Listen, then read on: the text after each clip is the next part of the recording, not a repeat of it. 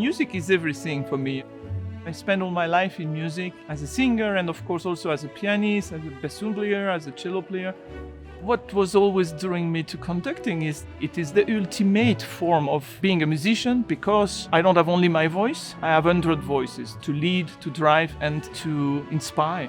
When it works and when you get the connection with the orchestra, it is certainly the most magic and addictive activity on earth.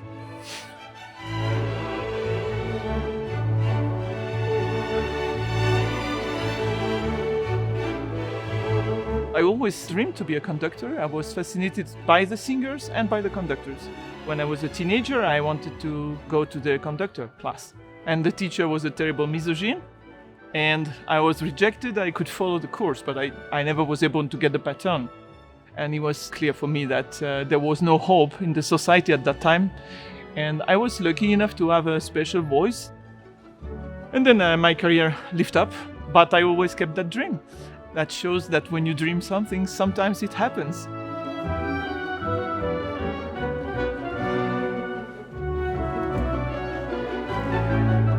I'll never forget the very first time that Nathalie worked with the Philadelphia Orchestra.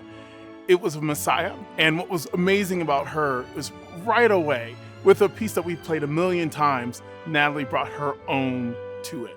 She's very passionate in the music that she makes, and it's evident in how she communicates it, particularly when she sings it.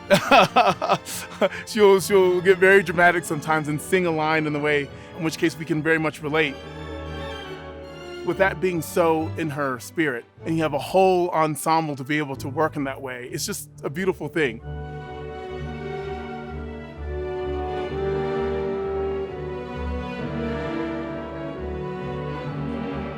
I am now the new music director of the Atlanta Symphony Orchestra. I will start next fall, and of course it's a great honor and joy for me. I don't see myself as someone particularly in the light because I am a woman getting this position in America. I will be the only one at the head of a major orchestra. All my life I have been someone just doing the first time. You know, when I conducted in Monte Carlo Opera, I was the first woman. When I did this, I was the first woman. When I get to this orchestra, I was the first woman invited. In a way, it's great. In the other way, it's a bit sad to realize that I'm still the first sometimes. Now I am the second after Marin Alsop, so I'm very, very happy to not be the first, but the second.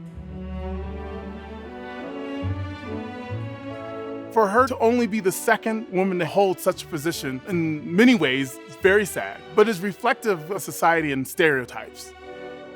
We're really good at stereotyping, to the point it's at a detriment to the possibilities of what all people can be and what they can do. In that way, a lot of people would think that only a man could be a conductor. And Nathalie shows that just because there haven't been, doesn't mean that there cannot be. It's not more in classical music than in general. I mean, it's just a society problem that for years, half of the humanity has been supposed to be not leading, you know, just doing.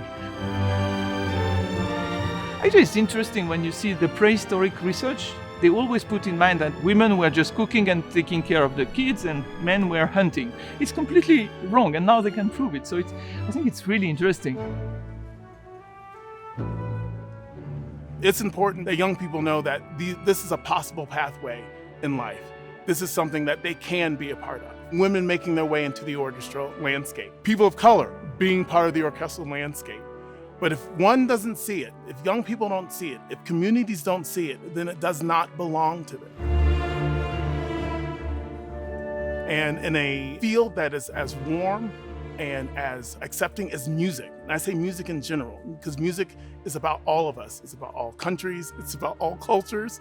To see that kind of representation means that if I'm a young person looking up, I can be a part of that. And not only can I be a part of it, but I want to be a part of that.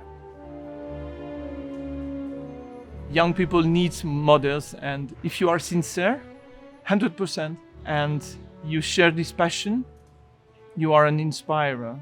I was inspired by passionate people, and I hope I will inspire young people with my passion.